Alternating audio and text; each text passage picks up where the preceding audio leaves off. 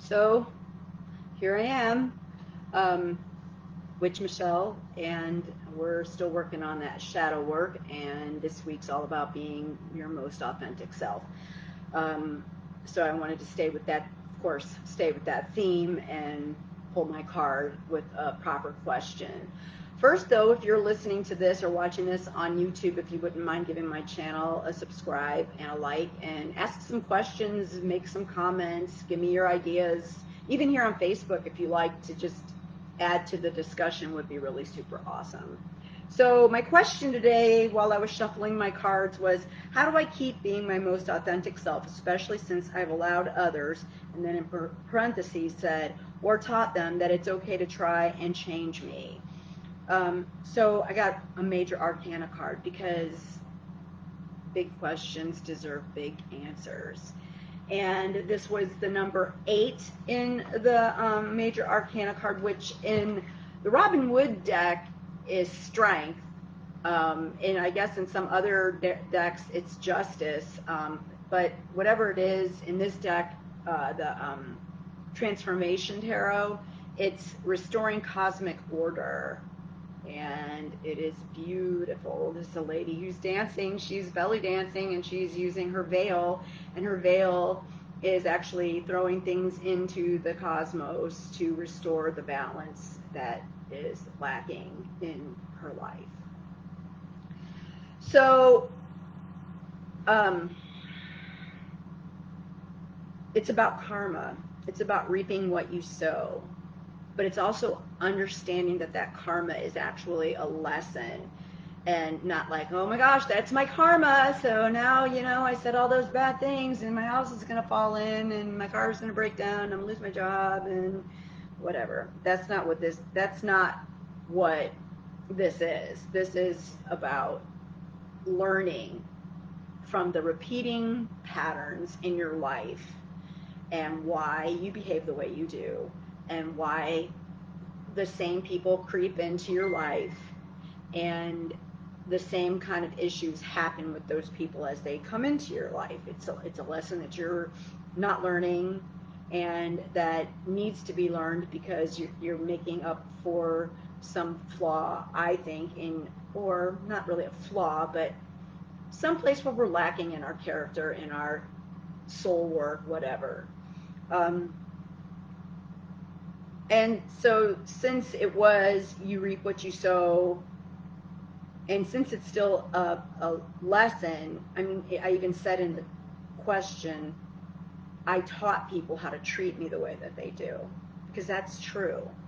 Every time I took my mask and put a new one on to make somebody else feel comfortable, every time I toned my voice down, every time I changed the way I dressed, every time I changed the way I spoke, every time I expressed my creativity and my knowledge the way that I needed to do that, every time I did that to make somebody else comfortable, I taught them how to treat me.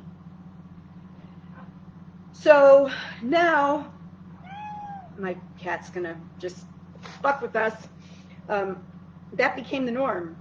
And for some, me rewriting the story, for me redefining the boundaries, me not accepting the disrespect, will be met with resistance or with anger. Because, let's face it, nobody really likes change, and people who are used to pushing your buttons and manipulating you and controlling you and making you do whatever it is that they want you to do because it makes them feel comfortable, because they don't have the balls to dress, act, speak, do whatever it is that you're doing, they want to tone that down in you so that they can feel better about themselves. When you start really pushing that boundary out and saying, no, this is who I am, and I'm going to dress, act, talk, and behave and be creative in the way that I see fit, some people won't like that, and then they'll walk away. Some will learn that this is who I really am, even after pushing all of those buttons, and go, well, Michelle's really changing, and I'm kind of proud of her for the steps that she's making. I don't do it for that. I do it for me, to make myself feel better. it's so good not to wake up in the middle of the night having rolling panic attacks. It's so good not to have to take meds all day just to be able to function like a normal human being, because I'm not hiding anymore. I'm not clawing my way into a situation or around people. I am just living my most authentic life. And that feels so fucking good to me at this point of where I am in week 11 of my shadow work journey. And you can even look at it like, man, I don't know what the fuck, dudes, really? Okay, let me like mute this bitch. The karma can be like generational shit. So when I think back on the trauma of my childhood, and I think back on the trauma of my mother's childhood, the very little I know about it, because she really didn't want to talk about it, and the trauma of my dad's childhood, it's a generational thing. It's almost like a generational curse that you have to sort of walk out of. Somebody has to break the cycle of the bullshit that happened to all of us going back to when we came out of the cave. Whatever that is, however it happened, it's got to stop.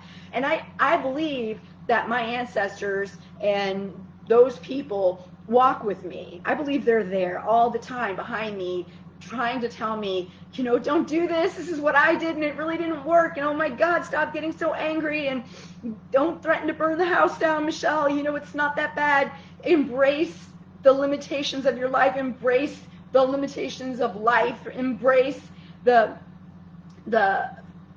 ending of your life. Embrace all of it. Embrace the love, embrace the laughter, embrace who you are, because if that's the most important person in your life that needs to give you the acceptance and the what is it? God, I'm losing my train of thought. The word is escaping me right now. The person, you need to be the only person that is okay with how you are. The only approval you need is your own approval. You don't need outside fucking approval. I have been seeking outside approval my entire fucking life and not ever really getting it from anybody. And even when I did get it, it wasn't enough, because I still didn't like myself enough to believe that I deserved the approval that somebody was giving me. But now I do. And so in the places where I allowed people and taught them how to treat me, and now I'm standing up for myself and putting up these new boundaries, it's going to be hard. And that's going to be the new test, right? Because I am going to have to show them, yeah, maybe I let you talk to me that way before, and maybe I let you say those things to me before and treat me that way before, but that's not how it's going to be anymore. We're going to start this differently, because I'm not going to treat you like that, so you are not going to treat me like that. And yes, people are going to be mad. And yes, people are going to walk away. And you know what? When you really turn on the I don't give a fuck button, when they walk away, they walk the fuck away. And that's okay. That's one less thing I have to worry about, because I got plenty of shit on my plate. You got plenty of shit on your plate. So when those moments come and the buttons are being pushed and the generational shit comes up and my stomach starts hurting, that's the moment that I really need to stop, because they're going to be pushing my buttons trying to bring back the old me. They want that old me to come back through, because that'll make them feel comfortable, right? But I'm not here to make them feel comfortable. I'm here to make me feel comfortable. Their comfort, their karma is their lesson and their shadow work, not mine. Nobody can walk this for any of us. We have to rescue ourselves. You know, husband, wife, spouse, significant other, parent, brother, sister, friend. No one can rescue us from the demons in our own fucking head except us. It's a lot of work. It is horrible. In the beginning of the shadow work, I had panic attacks that were 10,000 times worse than the ones I had before. I was really grateful that someone that I hadn't spoke to in a long time came into my life right at the moment that I started this journey and told me about their panic attacks. Otherwise, I would have thought I was dying in the middle of a grocery store one day because I couldn't breathe, I couldn't move, I couldn't walk, I couldn't feel my legs, I couldn't stop crying, and that was all in the beginning because so much shit was coming up. And then I had a really nice little break and everything was good and I wasn't taking my meds. And then through belly dancing and more meditation, little things come up here and there that kind of, make you remember. It makes you sad that you feel the way you do about yourself because somebody told you that that's who you were. I don't believe that bullshit, not for 5 minutes anymore. A one-dimensional picture of somebody who's taken 5 minutes out of their day to try to talk to me and tell me who I am.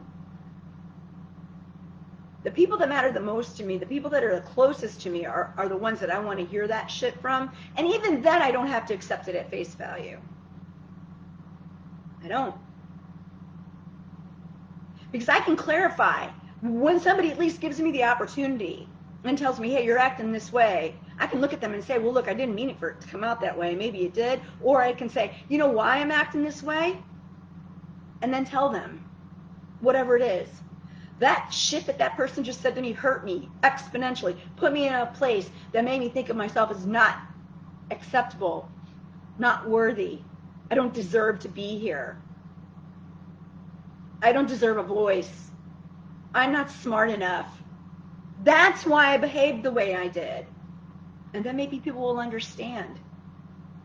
We dance around so much stuff with each other because we don't want to offend anybody. And the whole time we're dancing trying not to offend people, we're offending them. Because we have to put masks on, right? We have to put these fake ass motherfucking masks on just to fucking go out into society and interact with other people with their fake ass masks. And we never get to see the true self of the other person in front of us. And sometimes we wear our masks so much that we forget what we really look like underneath it. Because we don't want to deal with the ugly that's in there. Because it's ugly. And it's scary. And we all have it. I really believe that when you look at the Christian Bible, and they talk about generational sin, that's actually generational darkness that's inside of us, or you're born with original sin. That's shit that's born inside of us because we're human and we have shit we have to fucking deal with. And no one tells you that. They teach you how to become a good consumer. They teach you how to follow fucking orders. But they don't teach you how to deal with your shit. They don't teach you the value of the person next to you that's going through the same exact shit so that you have some compassion for that person and understand what that person's going through.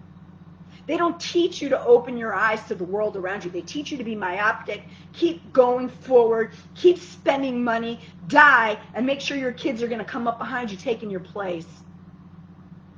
Break the cycle and move forward. Take your fucking mask off. Do it this week. It's Thanksgiving. If you're going to even be around anybody in your family, even if you're going to do it virtually, take the fucking mask off. Because you know what? When people are being dickheads while you're on the fucking internet, you can just turn them off. Walk the fuck away from the computer. Be present and be proud of who the fuck you are. Don't let nobody dim your light this week.